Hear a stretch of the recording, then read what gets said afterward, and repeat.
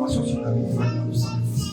Il est d'effacer complètement. Car la Bible déclare dans le Seigneur, verset 14, il a effacé les actes spontanés et qui subissent le contrôle. Élève l'enfant et réclame le sang de Christ. Afin que le sang de Christ efface tous ces actes.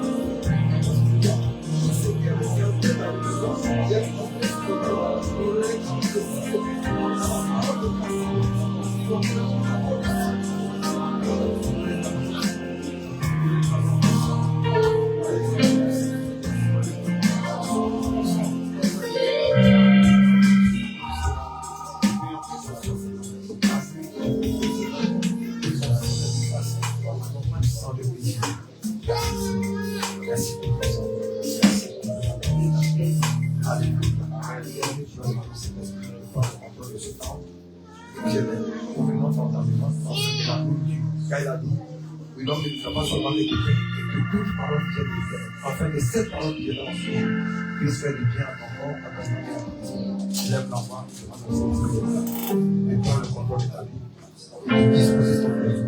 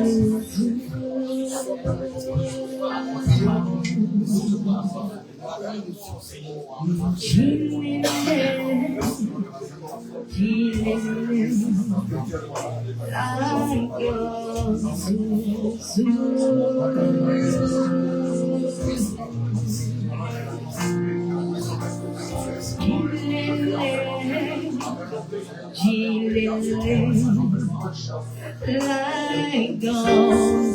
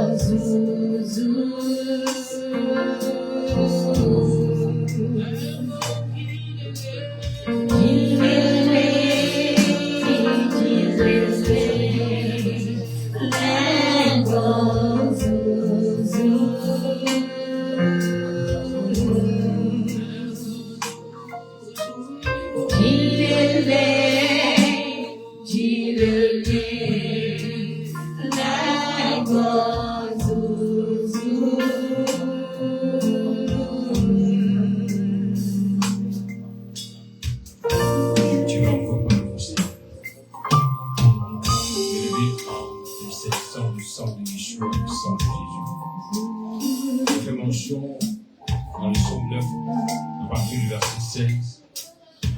Les nations s'enfoncent dans la fosse des prophètes. Leurs pieds se prennent au filet qu'elles sont cachées.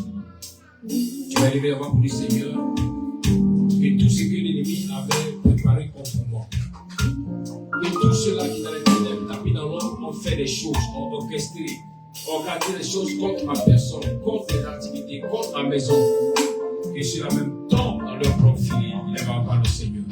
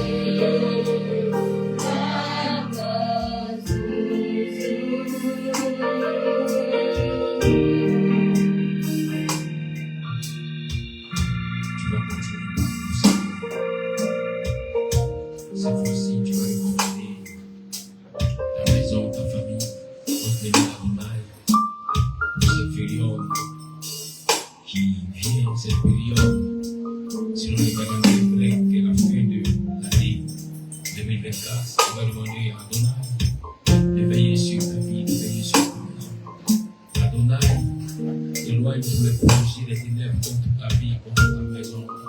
Adonai, te donne de vivre sous sa grâce, sous ta protection. Et que tous témoignent qu'il est ton Dieu. Il est notre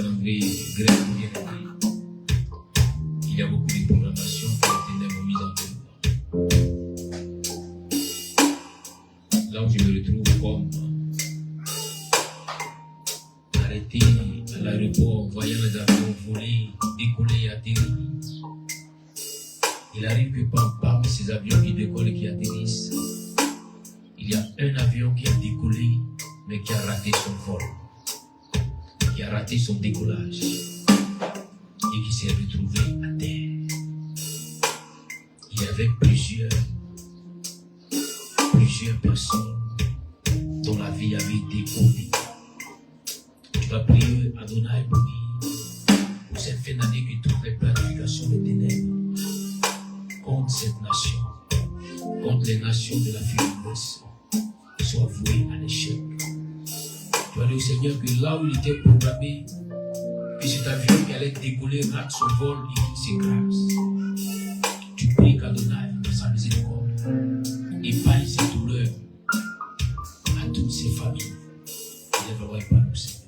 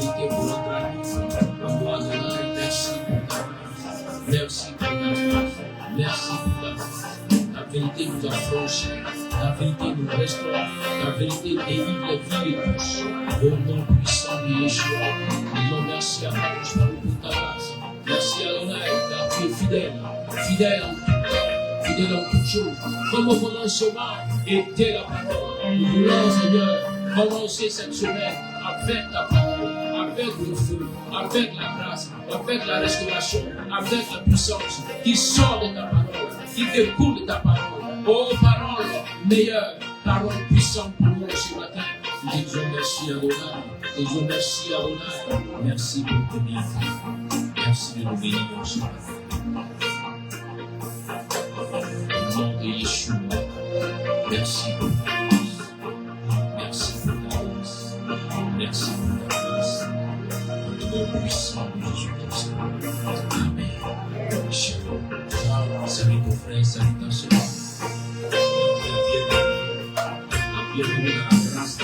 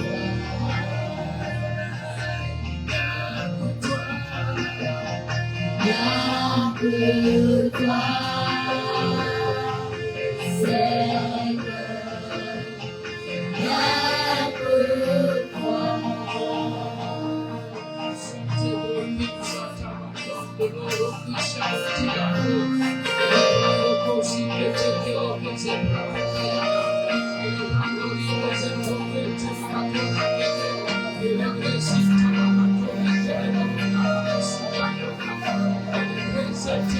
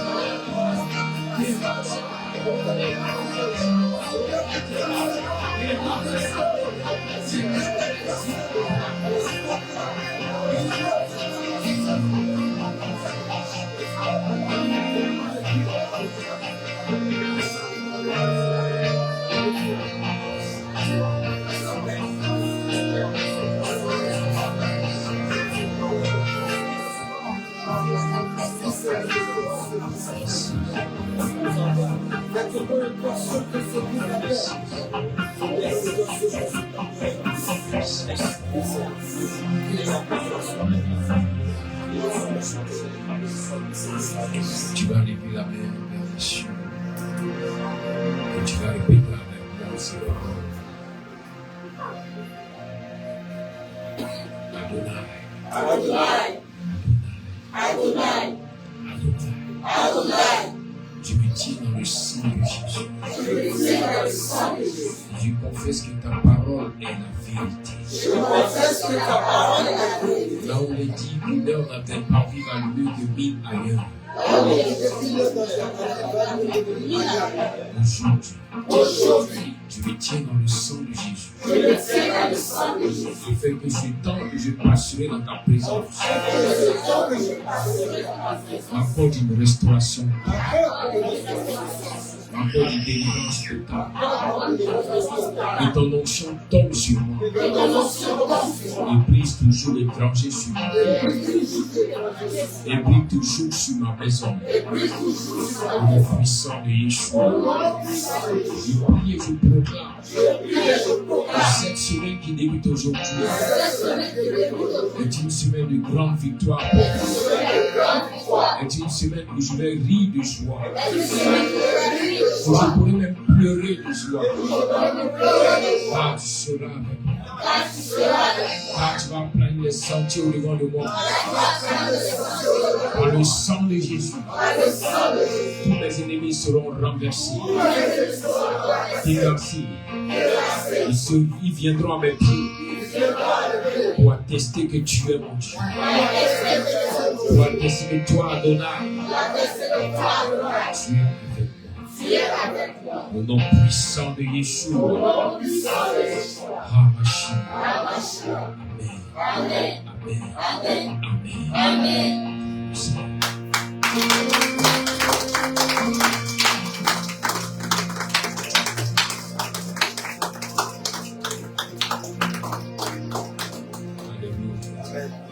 Le Seigneur bénisse.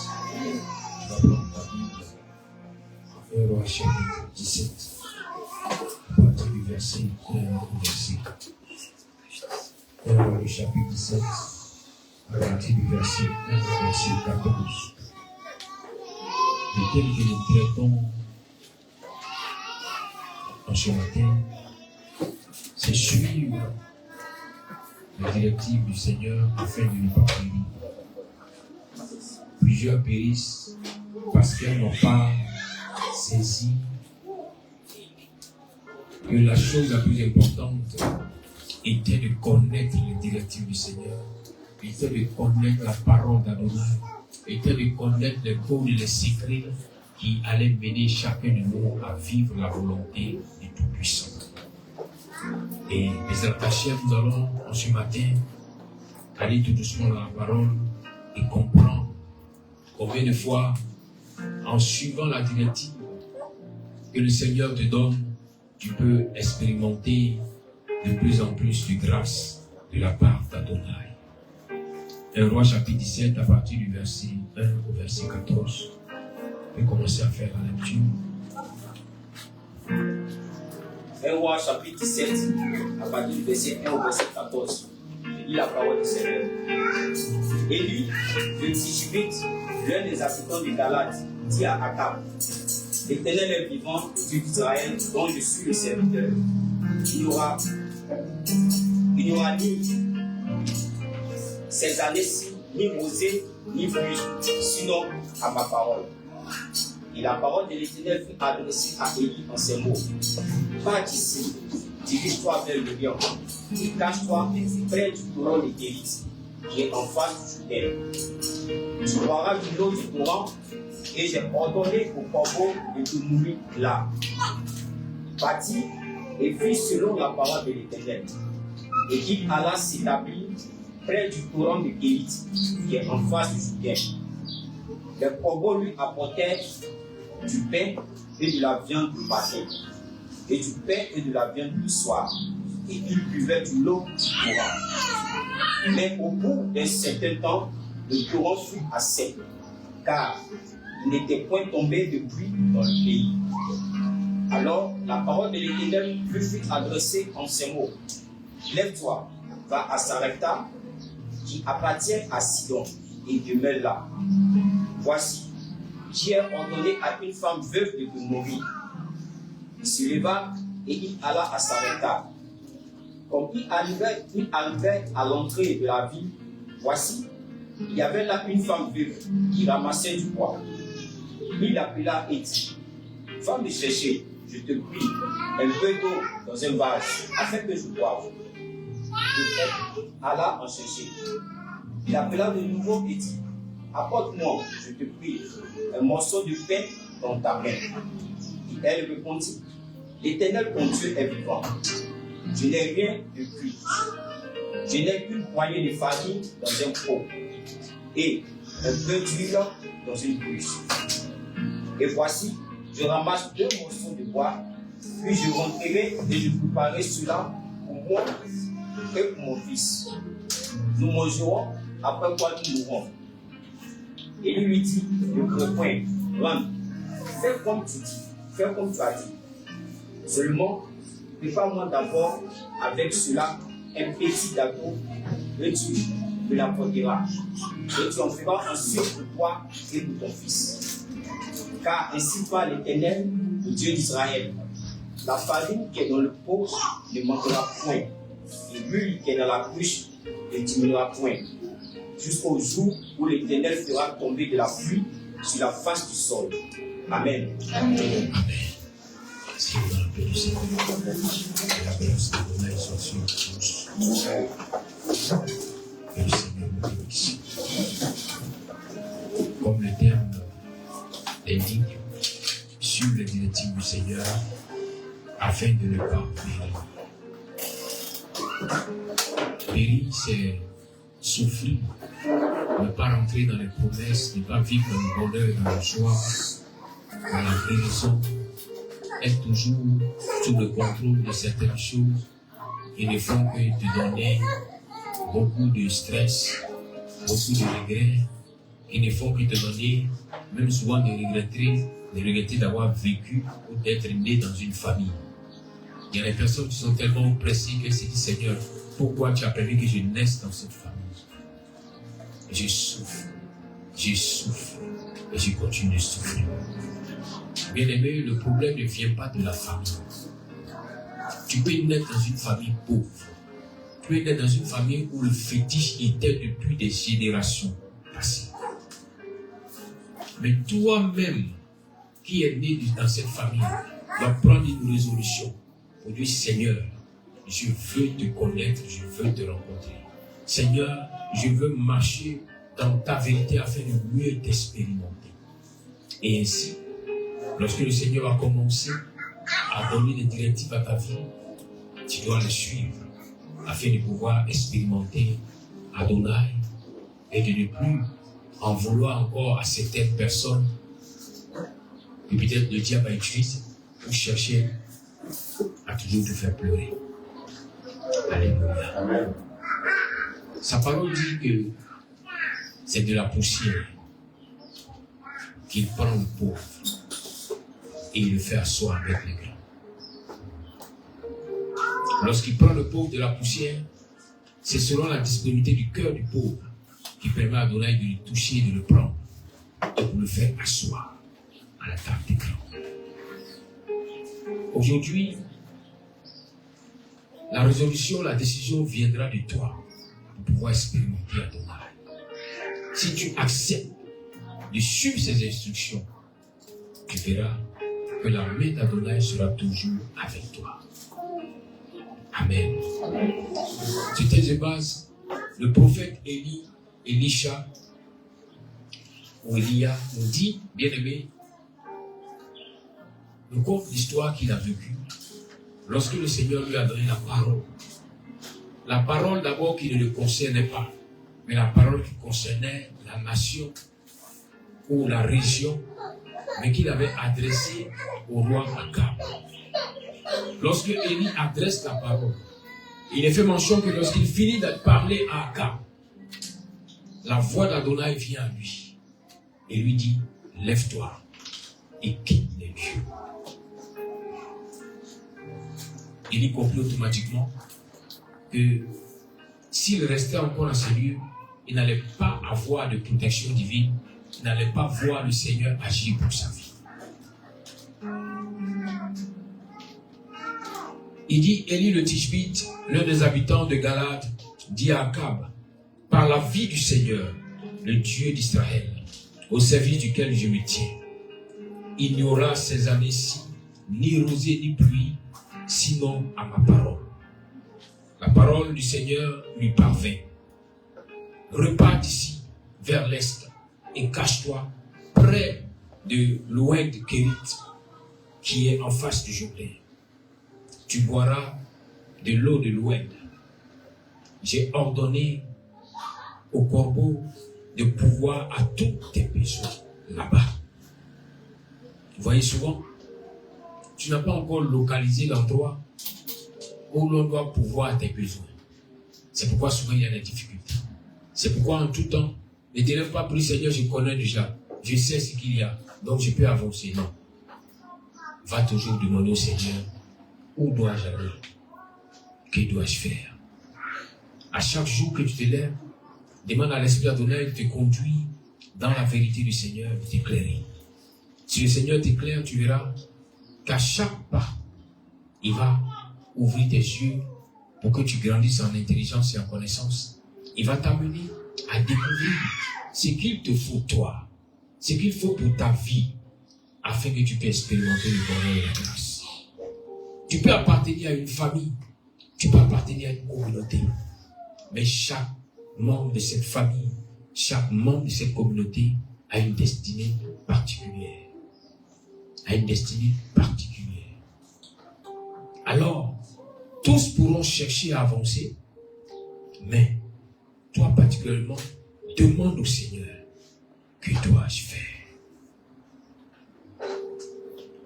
Souvent le problème de l'Église ou le problème des croyants, c'est qu'ils sont trop précis. Ils sont trop dans la précipitation. Et cela fait qu'ils n'arrivent pas à comprendre la suite des choses. Le Seigneur a commencé, oui. Mais est-ce que tu lui as demandé la suite?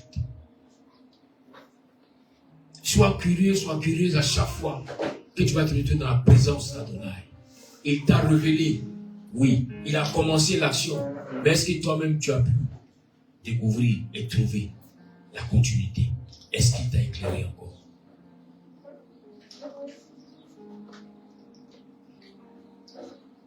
Très souvent, les gens n'arrivent pas à bien lire le langage divin.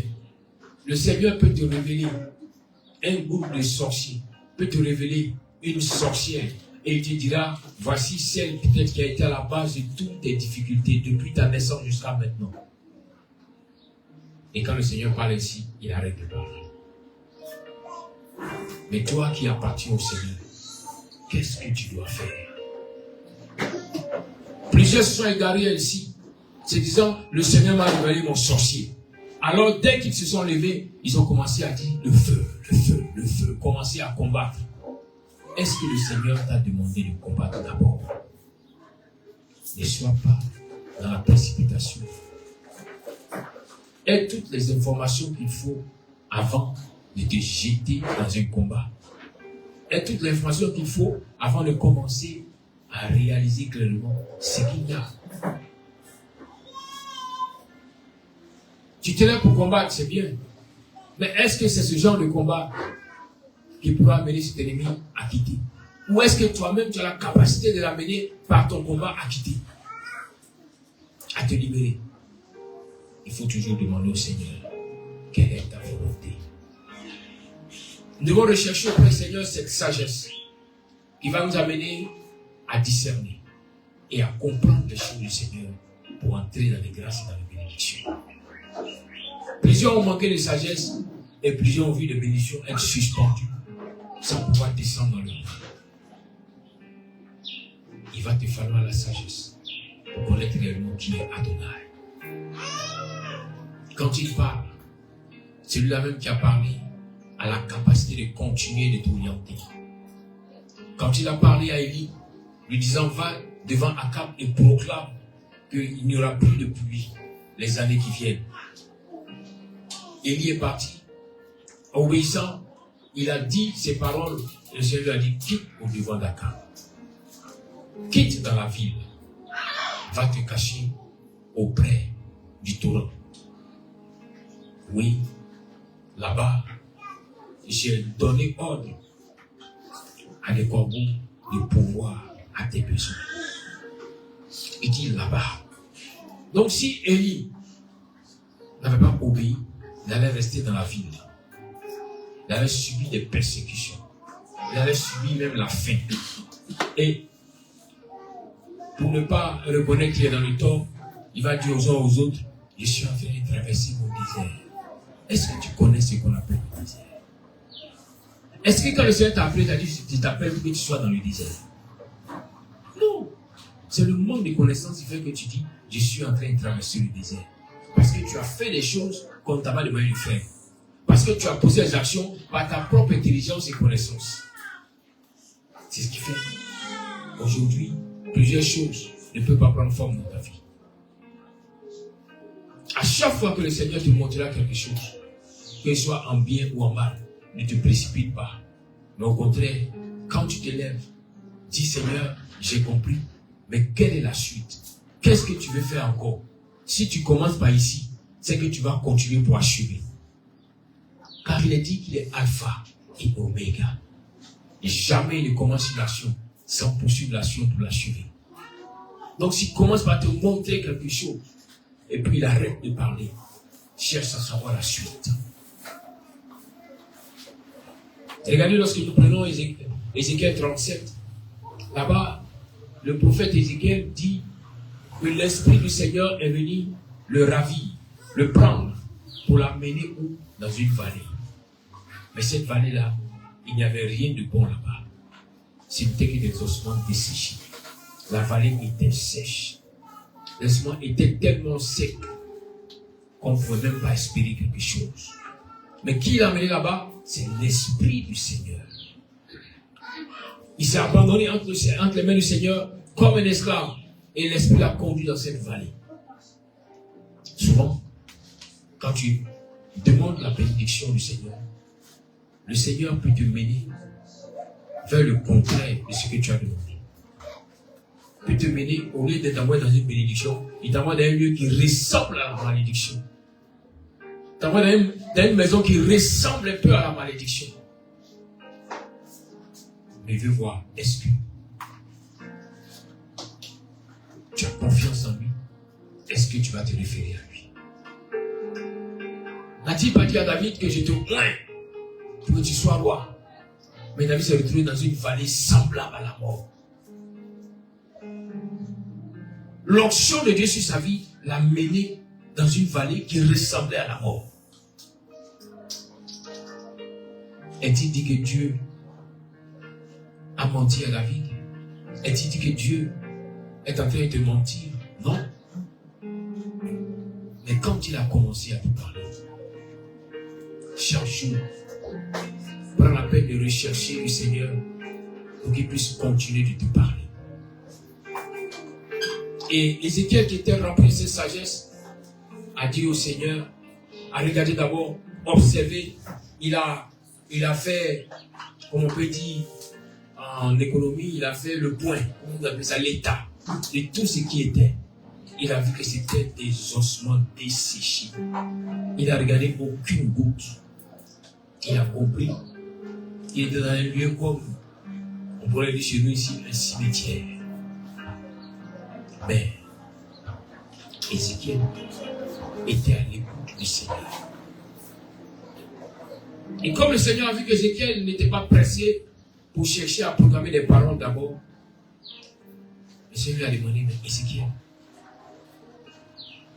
est-ce que tu crois que ces eaux pourront revivre? Cette parole, si elle parvient à l'oreille d'un bébé dans la foi, à peine le Seigneur a dit, est-ce que tu crois que ces eaux pourront revivre? Il va commencer à sauter pour dire, vous allez vivre, vous vous réveillez maintenant, ces eaux vivent. Vous savez, les gens vous donnent les enseignements à moitié, ils ne vous disent pas tout. Voilà pourquoi lorsque vous appliquez, ça ne marche pas. Ézéchiel dit, Seigneur, tu le sais. Tu sais des choses avant même qu'elles n'existent. Tu le sais. Moi, je ne suis qu'un humain, je ne sais rien. Tu le sais. Souvent, l'erreur que commettent plusieurs, c'est qu'il y a eu un premier cas où peut-être tel problème est arrivé dans son activité, et quand ce premier cas est arrivé, et qu'il a prié, il a demandé l'orientation du Seigneur, le Seigneur lui a dit, prends son corrigeur, prie comme ceci, tout va se débloquer. Et puis tout s'est débloqué. Une deuxième fois encore, un problème semblable revient. Et la personne ne cherche plus à interroger le Seigneur. Laisse-lui qu'elle a l'antidote de tous les problèmes. Et elle commence à jeûner, à prier, et rien ne change. Ton erreur, c'est que tu veux voir ta vie être une copie d'une autre vie. Voilà pourquoi les choses n'arrivent pas. Pourtant, le Seigneur te dit que ta vie est unique. Elle ne peut pas être une copie. Même pas de ta vie, il y avait de cela 2 ans. Même pas de ta vie, il y avait de cela 1 an. Non. À chaque étape que tu avances, le Seigneur apporte des changements nouveaux. Ce que tu as expérimenté hier, face à une situation semblable, n'est pas la même chose aujourd'hui. C'est comme quand vous allez aller à l'hôpital et que vous aurez les symptômes d'un paludisme. Ne dites pas au médecin que vous avez le paludisme. Laissez après les analyses pour que le médecin puisse tirer une conclusion pour dire voici ce que vous avez. Parce que le même symptôme que tu as peut être une autre maladie qui n'est pas le paludisme. Et est-ce qu'ils trompent plusieurs et qui laissent des maladies s'aggraver dans leur corps? C'est-à-dire que c'est le même symptôme que il y a de cela 6 mois, le même symptôme m'était arrivé, mais quand je suis allé après analyse, c'était de sortir que c'était un palud. Alors la personne court rapidement pour aller en pharmacie pour demander un médicament contre le palud. Elle prend, elle fait le traitement, mais ça ne marche pas. Voici le problème de plusieurs dans la foi qui veulent recopier les mêmes choses. Voilà pourquoi les choses ne marchent pas. Jésus a dit, pour comprendre les choses spirituelles, il faut d'abord s'attarder sur ce qui est physique. Remarquer dans le physique comment les choses fonctionnent. N'est-ce pas le même enfant qui est né? Et quand il est né, on lui donnait du lait. N'est-ce pas le même enfant, 5 années après, on ne lui donne plus ce lait. On lui donne autre chose. Autre chose qui est de la nourriture, mais qui n'est pas le lait liquide. Car pour son âge, le lait ne pourra pas lui apporter les forces, les vitamines dont tu auras besoin. Souvent pour ta position, là où tu es maintenant. L'antidote que tu as utilisé il y a 2 ans ne peut rien pour toi maintenant. Apprends à comprendre le spirituel. À chaque étape, il y a de nouvelles choses qui viennent. L'Antipas dit à ses disciples, je vous donne le pouvoir de marcher sur les serpents. Il aurait pu s'arrêter là. À tout temps, ils allaient prendre le même pouvoir pour marcher sur les serpents. Mais il leur dit, quand vous allez marcher sur les serpents, après il aura aussi un autre pouvoir pour marcher sur les scorpions. Après il aura aussi un autre pouvoir pour marcher sur toute la puissance des ténèbres. Donc il y a une évolution. C'est pour la chose la plus importante. Ce n'est pas de dire je prie. Ne prie pas pour prier. Sinon tes prières seront vaines. Mais il faut prier, bien aimé, pour pouvoir avoir l'orientation d'Adonai afin de marcher dans la justice et dans la vérité et de vivre les promesses du Seigneur. Élie a écouté la voix d'Adonai. Élie a obéi. Et son obéissance l'a amené à voir une autre porte s'ouvrir au devant de lui. Voici en fait comment marche le spirituel. Dans le spirituel, quand on voit souvent s'arrête ici, ou bien on vous dit clairement, il y a telle chose. Vous pensez qu'en fait, on nous a donné tout le résumé Pendant 1 heure et quelques, nous on est venu, on vous dit les choses, c'est là comme ça fonctionne le spirituel. Non. C'est dans l'obéissance que le Seigneur continue. Il a dit une première parole. C'est quand j'accepte, j'obéis pour libérer la parole. Quand cette parole sort, la place vide qui est restée est remplie par une autre parole qui vient. Est-ce que vous me comprenez? La place vide qui est restée est remplie par une autre parole. Comme une femme qui est prise, qui jeûne pour entrer dans le mariage. Quand elle finit d'envoyer le mariage, qu'elle entre dans le mariage, est-ce que cette même femme va prier encore jeûner pour le mariage? Non. Elle sera maintenant en train de prier, jeûner, peut-être pour son foyer, pour que le foyer soit rempli de bonheur. Elle sera en train de prier, jeûner pour ses enfants, pour que les enfants soient en bonne santé, ou pour qu'elle puisse enfanter. Ou elle sera en train de prier, jeûner pour autre chose, mais pas pour la première chose. Élie a été obéissant. Et il a obéi au Seigneur en allant se mettre auprès du Jourdain pour attendre. Pour attendre les corbeaux qui avaient reçu l'ordre de pouvoir à tous ses besoins. Il est fait mention qu'à chaque fois, les corbeaux venaient pour lui donner du pain et de la viande le matin, du pain et de la viande le soir. Et je lui ai dit, tu boiras de l'eau du Jourdain.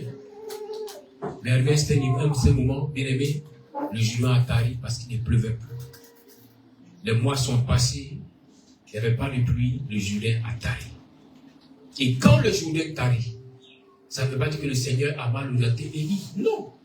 Élie demande au Seigneur, Seigneur, le Jourdain a tari. Que dois-je faire? Voici la question qui devrait se poser un enfant de Dieu face à une situation qui ressemble à un tarissement du Jourdain. Tu dis, Seigneur, je suis arrivé dans ce secteur. Tu m'as donné assez de clients. J'ai travaillé pendant des années dans ce secteur. Mais je me rends compte que le Jourdain est en train de tarir. Que dois-je faire? Sinon, les corbeaux viennent toujours. Les corbeaux n'ont pas arrêté de venir nourrir Élie. Mais, tu ne peux pas manger sans boire de l'eau. Il lui avait été interdit de retourner dans la ville pour aller même chercher de l'eau. Alors il se réfère à celui qui l'a envoyé se cacher près du Jourdain. Et lui demande, Seigneur, que dois-je faire? Il dit à Élie, lève-toi, va à Sarepta. J'ai donné ordre à une veuve de te nourrir. Lève-toi, va à Sarepta. Souvent, la suite de ta bénédiction ne se trouve pas auprès du Jourdain, mais à Sarepta. Ne dis pas non, comme tout le monde n'a pas de l'eau, c'est normal que moi aussi je n'ai pas de l'eau. Non, bien aimé. Il a dit à Isaïe que je te oins pour que tu sois sûr des nations. L'huile ne peut pas rester sous l'eau. L'huile est toujours au-dessus de l'eau. Alors ce qui se passe dans l'eau ne concerne pas l'huile. Ce qui se passe dans l'eau n'affecte pas l'huile. Mais l'huile est au-dessus. Tu peux vivre dans un secteur, dans une nation, dans une région où tout est difficile et pénible. Mais refuse d'accepter que tu dois vivre aussi comme les autres. Si effectivement Adonai est ton berger, réfère-toi à lui. Dis Seigneur, tous vivent ces situations. Mais quand je regarde, tu n'es pas leur berger. Moi par contre, tu es mon berger. Alors, je crie à toi. Que je ne puisse pas vivre les mêmes conditions que les autres. C'est comme ça que Élie a commencé à crier. Pour lui, Seigneur, c'est vrai que la nourriture vient. Je ne manque pas de nourriture, mais je n'ai pas d'eau pour pouvoir boire. Car le Jourdain a séché. Alors le Seigneur va orienter Élie dans un autre endroit. On lui dit, Élie, va. Dans ce lieu-ci, j'ai donné l'ordre à une femme veuve de prendre soin de toi jusqu'à la fin de la famine, jusqu'à la fin de la sécheresse. Alors Élie se lève et prend son chemin pour aller rencontrer la veuve de Sarepta. Vous savez, pour que un enfant de Dieu puisse entrer dans la prospérité, dans la bénédiction, il doit être à l'écoute de son Dieu, obéissant, voir comment le Seigneur pourra l'éclairer. Et quand le Seigneur l'éclaire, prier pour qu'il puisse entrer dans cette promesse. Ainsi, il pourra prospérer. Très souvent, les gens crient au Seigneur et le Seigneur répond à leurs cris, et ces personnes ne veulent pas obéir, faire la volonté du Seigneur. Mais la volonté du Seigneur, c'est que tu acceptes cette nouvelle vision qu'il t'a donnée et tu acceptes de faire cette chose. Il a dit à Élie, si tu restes à Sarepta, tu auras toujours à manger. Et si tu restes près du Jourdain, tu auras toujours à manger, mais tu n'auras pas d'eau à boire, parce qu'il n'y a plus d'eau. Ne pense pas que je ferai un miracle que l'eau vienne. Il n'y aura plus d'eau. Mais si tu acceptes d'aller à Sarepta, là-bas tu auras de l'eau, là-bas tu mangeras. De la même manière dont j'ai donné ordre au corbeau de nourrir, c'est comme ça aussi à Sarepta, j'ai donné ordre à une veuve de prendre soin de toi. Et je vais vous expliquer ici le mystère du corbeau. Si Élie n'a pas tout le temps la parole du Seigneur disant que les corbeaux allaient le nourrir, c'est qu'Élie avait confiance en Adonai. Parce que les corbeaux ne nourrissent même pas leurs enfants. Les enfants des corbeaux ne sont pas nourris. Quand le corbeau pond des œufs, et ces œufs éclorent, le corbeau abandonne ses enfants dans le nid. Parce que le corbeau, regardant l'enfant, qui est tout blanc, qui a des plumes toutes blanches, se dit que ce n'est pas mon enfant. Cet enfant ne m'appartient pas. Car les petits du corbeau, qu'on appelle les corbillards, sont tout blancs. Alors, ils sont abandonnés dans leur nid. La mère part ailleurs. Et la Bible fait mention que le Seigneur permet que les autres oiseaux viennent nourrir l'enfant du corbeau jusqu'à ce qu'il grandisse. Alors, lorsque le Seigneur dit à Élie, j'ai donné ordre à des corbeaux de te nourrir, il a fallu à Élie d'avoir la foi en Dieu pour croire que les corbeaux pourront venir le nourrir. Mais j'ai dit, mais si j'ai expérimenté l'impossibilité selon la nature, les corbeaux sont me nourrir, alors je ne peux pas douter lorsqu'il me dit qu'une femme va venir prendre soin de moi. Alors je me lève et je pars. En obéissant, Élie a permis l'activation de la grâce de Dieu sur sa vie. L'obéissance d'Élie a été la réparation d'un problème quelque part ailleurs. Lorsqu'Élie arrive à Sarepta et qu'il rencontre cette veuve, lorsque l'Esprit lui dit, voici la veuve en question, et qu'il lui l'interpelle, il dit d'abord, donne-moi de l'eau. Parce qu'il n'y avait pas de l'eau au Jourdain. Donc il a passé combien de temps sans boire de l'eau? Il a fait une longue marche. Il demande d'abord de l'eau. Et quand elle lui donne de l'eau, il s'est dit, c'est que ce que le Seigneur a dit sera confirmé au Seigneur. Il demande maintenant à la femme, donne-moi à manger. Et la femme, qui avait déjà fait un programme, parce qu'elle a dit, une portion de farine, quelques morceaux de bois, je fais la cuisine aujourd'hui, mon fils et moi nous mangeons, et après quoi, nous attendons la mort. Quand j'ai fini de réciter son programme devant Élie, Élie lui dit, femme, tu as raison. Il reste une petite portion. Sur ça, tu as raison. Il reste quelques morceaux de bois. Sur ça, tu as raison. Mais la partie où tu permets à la mort de venir, tu n'as pas raison. Car celui qui est la résurrection et la vie m'a envoyé te communiquer sa vie. Va me faire à manger et la suite, tu verras qu'il y aura un changement. Que la mort ne pourra plus s'appliquer à ta vie. Que la mort ne pourra plus venir dans tes finances. Que la mort ne pourra plus venir dans ta maison. Alors, elle dit, si cela est ainsi, je n'ai rien à peine. Si je dois encore vivre, alors je vais aller obéir à la volonté du Seigneur. L'obéissance vaut mieux que les sacrifices. Et une personne qui veut expérimenter la grâce de Dieu doit se rapprocher de du Seigneur, mais obéir aussi aux prescriptions et aux principes du Seigneur.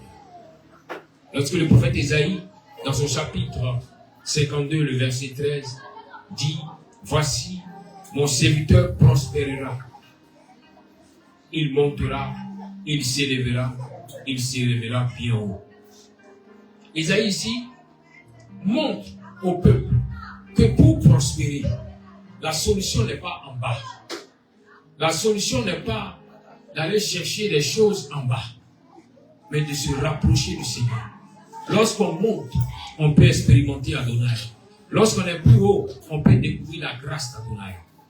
Comme tout à l'heure, j'ai donné l'exemple de lui qui est toujours au-dessus, mais lui qui n'est pas en dessous de l'autre. Alléluia. Amen. Et dans la promesse du Seigneur pour la bénédiction, il a toujours dit, en Deutéronome 28, verset 13, il dit, tu seras toujours en haut et jamais en bas. Est-ce que vous savez que vous avez longtemps lu ce passage, mais vous n'avez pas compris ce qui vous concerne dans ce passage? Oui, je le dis parce que je sais que tu as lu le passage. L'Éternel fera de toi la tête et non la queue. Tu seras toujours en haut et tu ne seras jamais en bas. Lorsque tu obéiras au commandement de l'Éternel ton Dieu. Donc vous voyez, il y a deux rôles ici. Chacun a son rôle. Il y a deux rôles, c'est bien le passage. Il dit, l'Éternel fera de toi la tête et non la queue. Est-ce que vous me comprenez? Amen. Il n'est pas dit que par tes propres efforts, tu seras la tête. Non. Il n'est pas dit que par ton jeûne et ta prière, tu seras la tête. Non. Il dit, l'Éternel fera de toi la tête et non la queue. Ça, c'est l'Éternel qui le fait. Maintenant, toi, ta part vient d'où? Ta part sera dans la deuxième partie du verset où il dit, tu seras toujours en haut. Tu ne seras jamais en bas. Voici ta part. Pour que l'Éternel fasse de toi la tête et non la queue, il faut que toi tu sois toujours en haut. Ne descends pas pour être dans les bassesses.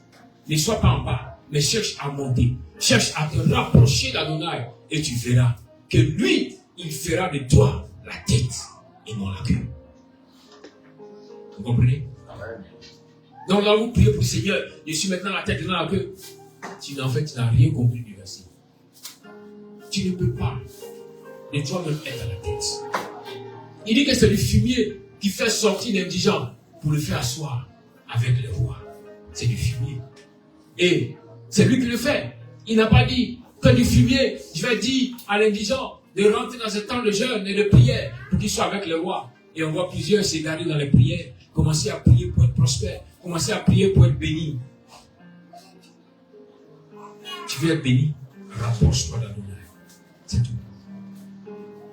Tu veux être prospère, monte, rapproche-toi de lui. Il va te révéler le secret de la bénédiction, le secret de la prospérité. Derrière chaque bénédiction, il y a un code. Derrière chaque prospérité, il y a un secret qui est caché. Quand je te dis que la vie est unique, ta destinée est unique, tu vas faire bien dans ta destinée. Les clés que Dieu donne pour que tu prospères sont des clés qui sont uniques. Donc tu ne peux pas dire non, comme le frère gentil, il a prospéré, qui me donne les clés de sa prospérité pour que je puisse commencer à prospérer. Ça ne pourra pas ouvrir les portes de ta prospérité. Car les clés sont uniques. Ah non, c'est vrai que je ne vis pas comme Dieu demande, mais si je commence à côtoyer ceux qui sont prospères, je vais commencer à être prospère. Bien aimé, c'est fou. Si tu te rapproches de Dieu, tu prospéreras. Si tu montes, voici l'effort que tu vas fournir. Monter. Il dit, qui montera à la montagne de l'Éternel? Qui s'élèvera jusqu'à son lieu saint?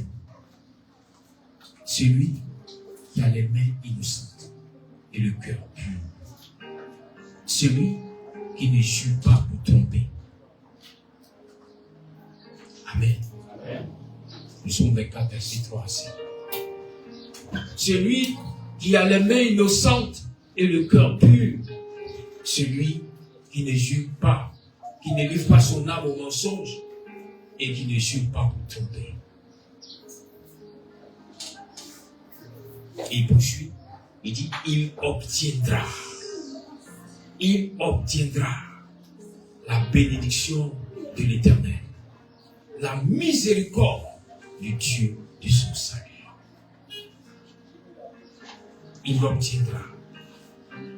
Obtenir, c'est recevoir quelque chose comme une récompense. Quand les athlètes vont aller compétir, le premier va obtenir le trophée. C'est-à-dire qu'au départ, ce n'était pas prévu pour lui. Mais par ses efforts, voici que cela lui est octroyé. On lui donne cela.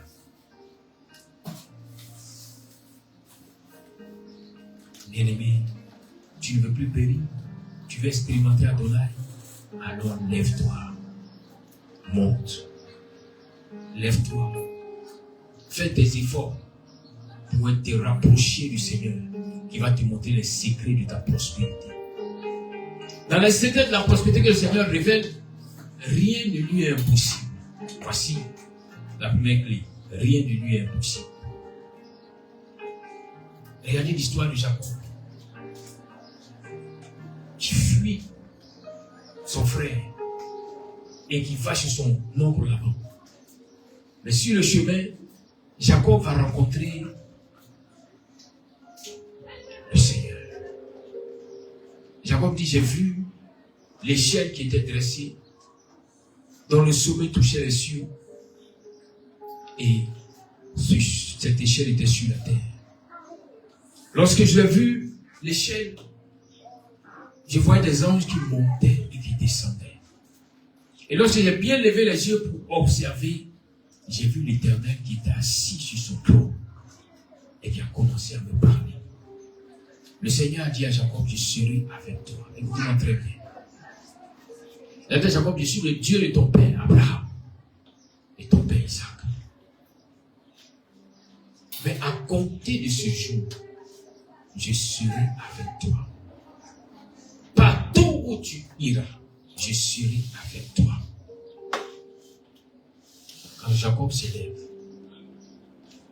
Jacob est d'abord troublé.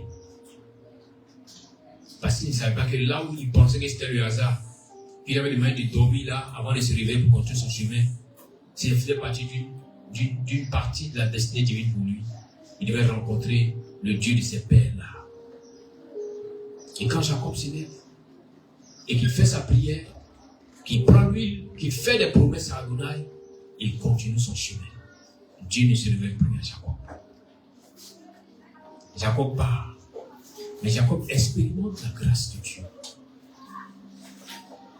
Regardez, Dieu ne s'est pas révélé à Jacob même dans son choix de femme.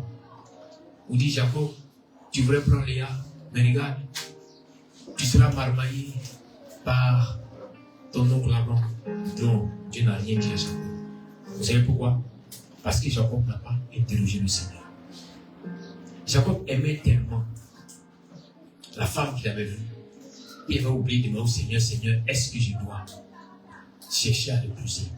Montre-moi, Seigneur, si je dois le faire, qu'est-ce que je dois faire? Non. Jacob a mis de côté le Seigneur pour lui dire, bon, tu seras avec moi. Non, c'est l'essentiel. Si je l'aime, moi, j'assure. Oui, ton cœur désire, tu l'aimes. Mais il y avait une marmaille derrière. Et c'est le lendemain du mariage, Jacob se rend compte, il avait été marmaillé. Il était obligé encore. Lui qui avait travaillé pendant 7 années pour pouvoir se marier, il a vu que ce mariage lui a été arraché. Il a été trompé. Comme une personne qui a épargné ou qui a travaillé pendant plusieurs années pour faire quelque chose, mais sans l'accord du Seigneur. Elle s'est rendue compte que tout ce qu'elle a mis comme de côté, comme épargne, va rentrer dans un business et aller en fumée. Et après, elle va commencer à pleurer pour le Seigneur. Mais tu as dit que tu seras avec moi, Seigneur. Pourquoi telle chose peut m'arriver? Mais Laban, qui est très intelligent, va dire à Jacob, selon notre tradition, il te faut d'abord marier la première avant de marier la seconde. Mais comme c'est la seconde que tu veux, ce soir je te donne la seconde, mais tu vas la marier à crédit. Tu vas travailler encore 7 années. Parce que si tu te demandes de travailler encore 7 années avant de la prendre, elle va vieillir. Et puis tu peux être découragé et t'en aller. Donc, je te la donne à crédit. Pour que je travaille pour moi pendant 7 ans.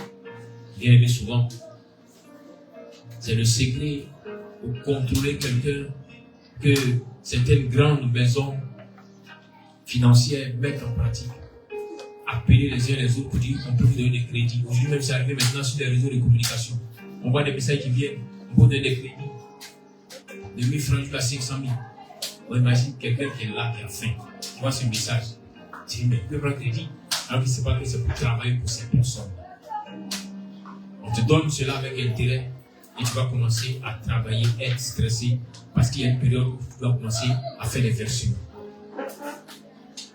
Jacob, quand il a compris ces choses, et que Laban lui a dit, maintenant que tu es marié et que tu travailles pour moi, tu vas t'éloigner de mon camp. Tu vas aller à 3 jours de marche dans un autre lieu pour gérer les troupeaux, pour les élever, mais je vais enlever tous les brebis, tous les troupeaux qui sont de couleur tout blanche. Je vais les prendre pour aller chez moi et je vais te laisser les brebis t'acheter. Mais Jacob, ta paix sera que si le Seigneur permet que les brebis t'acheter puissent mettre bas et donner des brebis toutes blanches, alors sera ta paix. Mais tant que les brebis seront achetées, tu ne pourras jamais être payé. Voyez-vous? C'est lui qu'on lui donne un travail, qui travaille cadeau, gratuitement. Laban n'avait pas l'intention de payer Jacob. Parce que Laban était berger. Laban, son père était berger. Dans toute sa descendance, c'était des bergers. Donc il connaissait la notion de la gestion des animaux. Il savait que des animaux qui étaient tachetés allaient donner forcément des petits tachetés. Il savait que depuis qu'il est né, lui, Laban, n'a jamais vu des brebis tachetées donner des brebis toutes blanches. Ça n'existe pas. Mais c'est ce qu'il propose à Jacob. Il savait que Jacob ne connaissait pas le secret de l'élevage, car il n'avait pas grandi en tant qu'éleveur. Jacob était un homme qui était sous le temps en train d'étudier la Torah, sous le temps en train d'apprendre la connaissance auprès d'Abraham. Donc quand il arrive pour être berger, le maître berger met en place une marmaille pour tromper. Pour dire à Jacob, devant Dieu, il avait juré de donner les brebis toutes blanches. Mais si ce n'est pas venu, c'est que c'est Dieu lui-même qui ne veut pas que tu sois béni. Et voici que Jacob comprend que ce que Laban lui demande est impossible dans la nature. Mais comme il a rencontré un Dieu tout-puissant à qui rien n'est impossible, il va s'adresser à Dieu. Il dit, Seigneur, tu as dit que tu seras avec moi. Mais voici, j'ai besoin que tu interviennes. Ta parole déclare que l'ouvrier mérite son salaire. Seigneur, je ne veux pas travailler gratuitement pendant 7 années pour cet incirconcis, pour ce personnage qui ne te connaît pas. Moi, je te connais. Je ne peux pas être comme lui. Il m'a demandé des brebis toutes blanches avec le troupeau tacheté qu'il m'a donné. Seigneur, je ne regarde qu'à toi seul. Il a pu faire mention que dans son songe, le Seigneur va se révéler à Jacob. Il va dire, Jacob, comme tu m'as appelé, il va te montrer le secret. Le secret qui rend possible ce qui même était impossible par la nature. Et qui prend tel feu, met dans l'abreuvoir des moutons. Et quand ils seront en train de boire et qu'ils vont regarder à ces feuilles, il y a quelque chose qui va changer dans leur vie. Il y a quelque chose qui va changer dans leur manière de fonctionner. Au lieu qu'ils donnent ce qui était normal, ils vont donner ce qui est anormal. Mais qu'il sera pour toi quelque chose de normal. Bien-aimé, à chaque destinée, il y a des secrets et des gouttes que le Seigneur donne. Quand Jacob a compris cela, il s'est levé le matin. Il n'a pas jeûné, prié. Non. Il a obéi. Il a pris les feuilles qu'on lui a présentées. Il a mis dans l'abreuvoir des moutons. Et quand ces brebis venaient pour boire, elles voyaient ce qu'elles regardaient restait dans leur pensée. Et alors cela amenait à créer quelque chose. À appeler à l'existence ce qui même n'existait pas. Et le résultat était ce que Jacob voulait. Par ce secret que le Seigneur a donné à Jacob, on voit ici ce qu'on appelle souvent la puissance de la pensée. C'est ce que tu vois, c'est ce que tu regardes qui prend forme en toi. C'est ce que tu vois, c'est ce que tu regardes qui prend forme dans ta vie.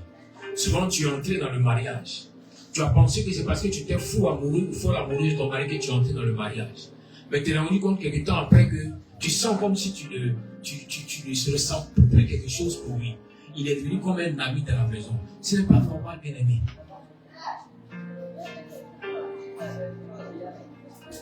Tu as commencé quelque chose, mais tu t'es arrêté sans demander au Seigneur, mais qu'est-ce qu'il faut, Seigneur, pour que je puisse continuer de l'apprécier davantage et davantage. C'est ce que tu vois qui prend forme dans ton esprit. C'est ce que tu vois. C'est quoi j'ai dit à certaines personnes ici, si vous avez des difficultés à aimer profondément votre femme ou votre mari, commencez par mettre son image sur votre écran de téléphone. Comme on sait que au moins 10 fois par jour vous regardez votre téléphone, donc 10 fois par jour vous allez voir son image. À force de regarder l'image, ça va prendre forme et l'amour va commencer à grandir. Vous allez l'aimer. L'apprécier comme le bien. Amen. Amen. Amen. Amen. Répondez bien, ne pas comme ça. Amen. Aux messieurs, on va mettre une pause ici. Aux messieurs qui ont mis les photos sur leur téléphone là, il n'y a pas eu de changement 3 mois, 4 mois après, 1 mois après. Vous n'avez pas senti qu'il a commencé à être un peu plus jaloux. Et maintenant que vous voyez que son visage brille bien, à force de regarder, ça commence à prendre forme. Maintenant, le monsieur il a dit, il est facile. On dit oui, il est facile. Amen. Amen. Il y a des secrets qui vont t'amener dans la promesse divine. Je vous dis bien que Dieu s'est révélé à Jacob. Il a dit, je serai avec toi. Mais Jacob a échoué en faisant son mariage parce qu'il n'a pas invoqué Dieu. Mais pour la gestion financière, quand il a appelé le Seigneur, celui avait l'intelligence qu'il fallait. Pour que ce qui semblait être impossible soit possible. Souvent en entreprise, on peut donner un challenge pour eux qui est impossible. On dit ça là, un mois, je ne peux pas faire. Même si on donne à telle personne, même moi, monsieur le directeur, si je vais échouer. Et puis, il y a un élément qui n'aime pas ton affaire dans l'entreprise. Il dit non, patron, donne à telle personne. On fait des progrès pour expliquer s'il a réussi. Non, on lui donne ça. Parce qu'ils sont conscients que ça ne peut pas être réel. Mais si tu as un Dieu qui gère les cas impossibles, et que tu veux dire, Seigneur, voici ce qui m'a été confié. Je n'ai jamais fait ça. Je ne cherche pas à comprendre ce que les gens ont fait avant, ils ont échoué. Ça ne m'importe plus. Mais je dis, Seigneur, viens-moi en aide. Aide-moi à relever le défi. Afin qu'on sache que j'ai un Dieu qui est puissant. J'ai un Dieu qui est le tout-puissant. Le Seigneur voit que là, sa personne est mise en jeu. Il viendra rendre possible même ce qui était impossible. C'est comme ça que le Seigneur a livré le secret à chacun. Et quelques temps après, quand l'avant vient, il constate que toutes les portées et tous les nouveaux agneaux qui sont venus étaient tout blanches. Et là, Jacob, ok, tu as gagné. Je vais retirer toutes les bêtes achetées. Et puis maintenant, ton salaire sera les bêtes achetées. Quand tu vas si toutes ces bêtes blanches-là mettent pas, ils sont les bêtes achetées qui viennent, alors ton salaire sera les bêtes achetées. Et quand il a dit ça à Jacob, Jacob a pris la peine de dire, c'est bon. Et encore, il est rentré dans la présence de Dieu. Il a crié au Seigneur pour dire, Seigneur, la première fois, le secret que tu m'avais livré, c'était pour les bêtes achetées. Mais maintenant, il s'agit des bêtes blanches. Que dois-je faire? Voyez-vous? Ne vous dites pas que non, je connais déjà les secrets. J'ai fait ça l'année passée. Cette année, je vais faire encore. C'est là où tu aurais pu tomber souvent dans les problèmes. Il est alpha, il est oméga. En hébreu, on dit qu'il est aleph, même tav. On dit qu'il est au départ, il est au milieu, il est à la fin. Et tant que tu auras recours au Seigneur pour chercher les directives qui viennent de lui, tu ne pourras jamais échouer. Tu ne pourras jamais échouer. Par tes propres forces, tu pourras échouer. Mais quand tu vas recommander ton sort, ta situation au Seigneur, l'échec ne pourra plus être admis dans ta vie. Amen. Voilà pourquoi David a dit, l'Éternel est mon berger. Je ne manquerai de rien. Même si le manque peut se présenter à moi, je vais crier au Seigneur. Tu as dit, tu seras avec moi. Tu m'as promis que rien n'allait manquer dans ma maison. Ainsi, le Seigneur va te révéler ce qu'il faut que tu puisses entrer dans sa promesse. Alléluia. Amen. Celui qui ne monte pas, celui qui ne monte pas, ne pourra pas jouir des promesses du Seigneur. Les bénédictions de Dieu appartiennent à ceux qui montent, qui se rapprochent d'Adonai, qui ont les mains innocentes, qui ont le cœur pur, qui ne jurent pas pour tromper.